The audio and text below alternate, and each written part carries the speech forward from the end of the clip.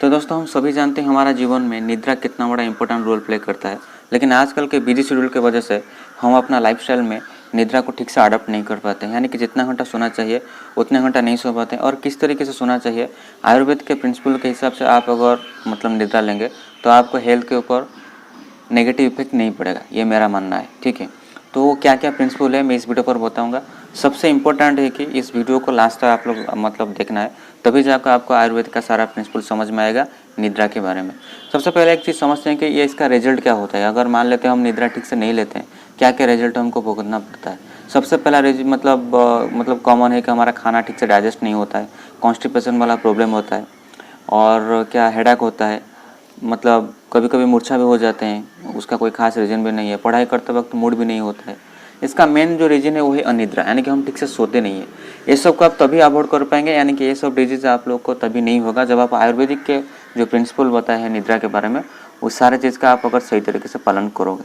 तो चीज़ क्या क्या है मैं इस वीडियो पर 1 बाय 1 करके बताऊँगा और समझाऊँगा। तो देर किस बात का है।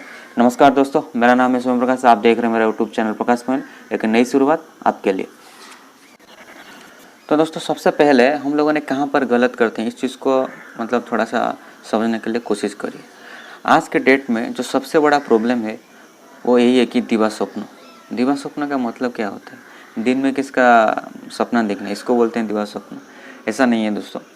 दिवा स्वप्न का जो बेसिकली जो मीनिंग है वो है खाने के बाद हम लोगों ने जो दिन में सो जाते हैं उसको बोलते हैं दिवा स्वप्न। दिवा का मतलब होता है दिन, स्वप्न निद्रा का ही एक सिनोनिम होता है, यानी कि हम सो जाते हैं जो, ठीक है ना।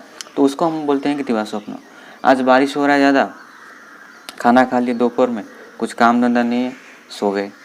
और जो विंटर का जो मौसम होता है, विंटर मौसम हम क्या हमेशा यही कोशिश करते हैं कि ब्लैंकेट के नीचे ही रहने के लिए, ऊपर आने के लिए मन ही नहीं करता है, ठीक है ना। तो जो कि गलत है। तो फिर सही क्या है? सही चीज़ आयुर्वेद ऋतुचर्या पर मेंशन किया गया है, और वो यही है कि सिर्फ और सिर्फ हमारा जो 6 सीजन है, सिर्फ और सिर्फ 6 सीजन में से एक ही सीजन यानी कि समर सीजन पर ही आप लोगों को दिवा स्वप्न करना चाहिए। यानी कि दिन में थोड़ा सा, वो भी एक पर्टिकुलर टाइम होना चाहिए कि 1 घंटा 1.5 घंटा। ऐसा नहीं है कि समर सीजन में सोना है दिवा स्वप्न करना है, इससे 3-4 घंटा नहीं, उसमें भी प्रॉब्लम होगा, ठीक है ना। तो सिर्फ समर सीजन में ही आप लोगों को दिवा स्वप्न करना है। बाकी जो 5 सीजन जो बचा है उसमें दिवा स्वप्न आप लोगों को नहीं करना है। ये हुआ हमारा पहला प्रिंसिपल। इसको बिल्कुल ध्यान रखिएगा, इसी हिसाब से आप लोगों को निद्रा पालन करना है। इसमें दोस्तों ऐसा क्यों बताया गया है, इसके पीछे रीजन क्या है? दोस्तों देखिए, आयुर्वेद एक वास्ट साइंस है। कुछ लोग बोलते हैं आयुर्वेद एक सिंपल कंसेप्ट है, लेकिन दोस्तों ऐसा नहीं है। हर चीज़ के पीछे रीज़न है। इसका क्या रीज़न है? आप लोग अगर ग्रीष्म ऋतु को छोड़कर, यानी कि समर सीजन को छोड़कर बाकी जितने भी सीजन है उसमें अगर आप दिवा स्वप्न करते हैं तो आपके शरीर में, मैंने आप लोगों को दोस्त के बारे में ऑलरेडी डिस्कस किया था, 15 पॉइंट बोला था बीएमएस स्टूडेंट के लिए, उस टाइम पर भी बोला था, अभी भी बोलता हूँ। इंडिया में कोई यूनिवर्सिटी नहीं है, फिर से बोलता हूँ, इंडिया में कोई यूनिवर्सिटी नहीं है जहाँ पर 2 से रिगार्डिंग क्वेश्चन आएगा और वो पॉइंट मैंने वीडियो पर नहीं बताया होगा। ऐसा बिल्कुल हो ही नहीं सकता। जिसको यकीन नहीं होता है, वीडियो का लिंक नीचे डिस्क्रिप्शन पे मैंने दे दिया हूँ, जाकर चेक कर सकते हो। 15 point specially BMS first student के लिए बहुत ही ज़्यादा इंपॉर्टेंट है। जो भी है, फिलहाल इस वीडियो के टॉपिक पर आइए कि मैं क्या बोल रहा था कि दिवा स्वप्न के बारे में।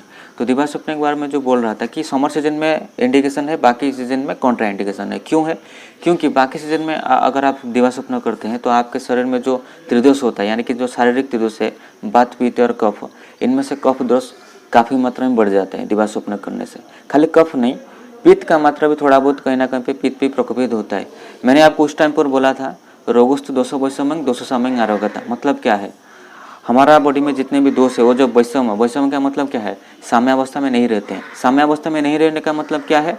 यानी कि वो जितना अमाउंट पे रहना चाहिए उससे थोड़ा सा बढ़ जाता है, नहीं तो थोड़ा सा घट जाता है। यहाँ पर किसका विकृति हुआ? कफ। कैसे? कफ बढ़ गया। कफ जितना होना चाहिए उतना नहीं रहा, कफ बढ़ गया, तो यानी कि हमको रोग होगा, व्याधि होगा, पहला चीज़। और पित्त भी प्रकोपित हुआ।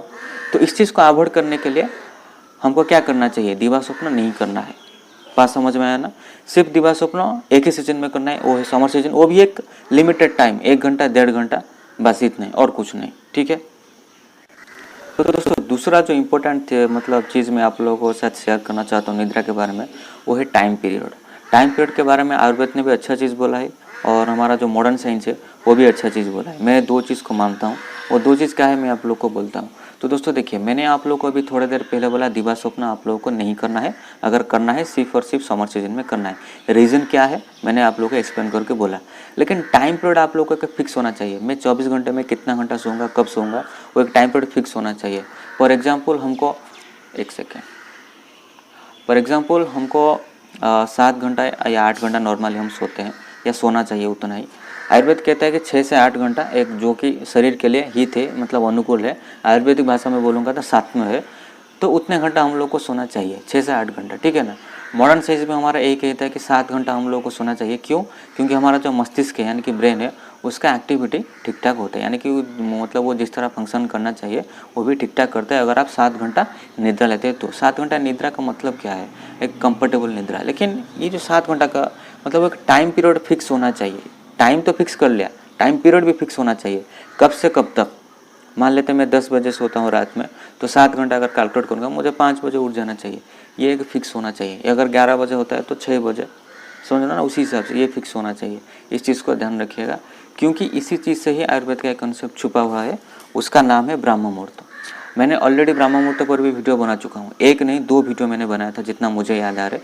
उसका वीडियो भी मतलब उस वीडियो का लिंक भी मैंने नीचे डिस्क्रिप्शन पर दे दिया हूँ, आप चाहे तो चेक कर सकते हो। उसके बारे में मैं इस वीडियो को डिटेल्स में नहीं बताऊँगा, बस सिर्फ एक इम्पोर्टेंस बोलता हूँ।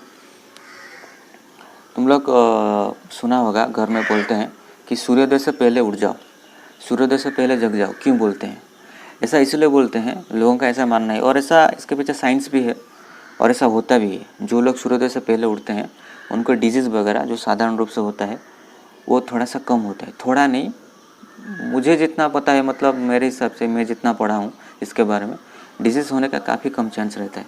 आयुर्वेद ने यही चीज़ बोला है कि ब्राह्म मुहूर्त उत्तिष्ठत स्वास्थ्य रक्षार्थ, इंपॉर्टेंट इज स्वास्थ्य रक्षार्थ मायुष, यानी कि आपका स्वास्थ्य भी रखा होगा और आपका आयु भी वृद्धि होगा।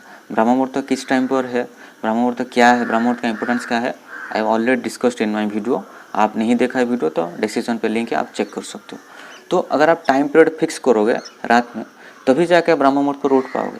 और ब्राह्म मुहूर्त पर उठ, और हमारा दिनचर्या का सबसे पहला है कि ब्राह्म मुहूर्त।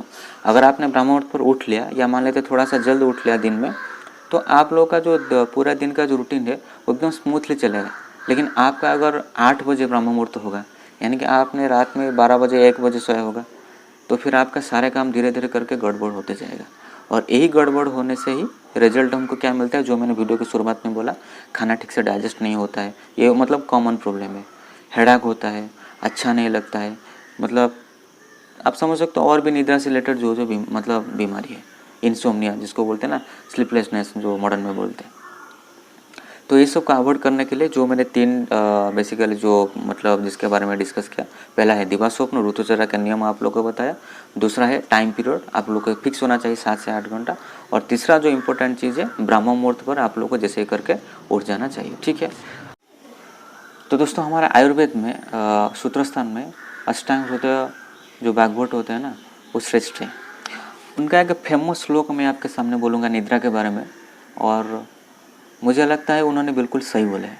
वो श्लोक है ये, निद्रा आयतं सुखं दुखं पुष्टिकास्य बलाबलम वृषता क्लीबता ज्ञानम अज्ञानं जीवितं नच। ये श्लोक दिया गया है अष्टांग हृदय सूत्र स्थान पर, ठीक है ना। आप लोग चेक कर लीजिएगा अगर आपके पास संहिता है। अगर आप आयुर्वेद स्टूडेंट है तो ये चीज़ तो आपको पता होगा, अगर आप आयुर्वेदिक के बाहर है आप इस चीज़ को चेक कर लीजिएगा, ठीक है। इसका मतलब क्या है, निद्रा आयतन, यानी कि निद्रा के आयत में सारा चीज़ है। कौन सा चीज़, सब कुछ।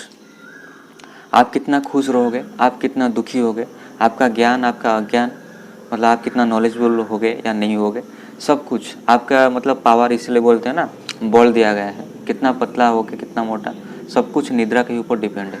तो ये श्लोक से आप लोगों को समझ में आ रहा होगा कि निद्रा का कितना बड़ा इंपॉर्टेंस हमारा डेली लाइफ पर है।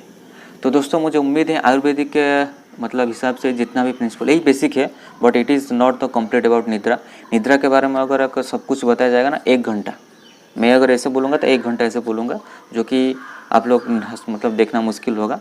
लेकिन जो बेसिक आप लोगों को पता होना चाहिए, मतलब जितने से हमारा काम हो जाएगा, मैंने उतना ही चीज़ इस वीडियो पर डिस्कस किया।